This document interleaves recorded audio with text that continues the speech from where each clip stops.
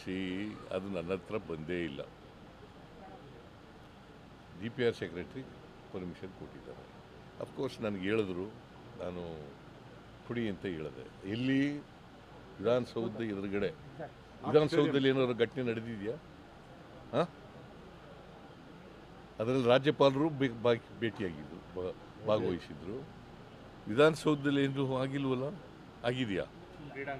ಹಾಂ, ಕ್ರೀಡಾಂಗಣದಲ್ಲಿ function arrange ಮಾಡಿದವ್ರು ಯಾರು? ಯಾರ್ರೀ? ಹಾಂ, ಪೊಲೀಸ್ನವ್ರು ಬಂದೋಬಸ್ತ್ ಮಾಡೋದು ಯಾರು? ಅದಕ್ಕೆ ಸರಿಯಾದ ರೀತಿಯಲ್ಲಿ ಮಾಡಿಲ್ಲ ಅಂತ ಸಸ್ಪೆಂಡ್ ಮಾಡಿದ್ದೀವಿ. ಯಾಕೆ? ಸತ್ಯವತಿ ಏನು ಮಾಡಿದ್ದಾಳೆ? ಸತ್ಯವತಿ ಏನು ಮಾಡಿದ್ದಾಳಪ್ಪ? ಎಲ್ಲಿ ವಿಧಾನಸೌಧದಲ್ಲಿ ಏನು ನಡೆದಿದ್ರಿ?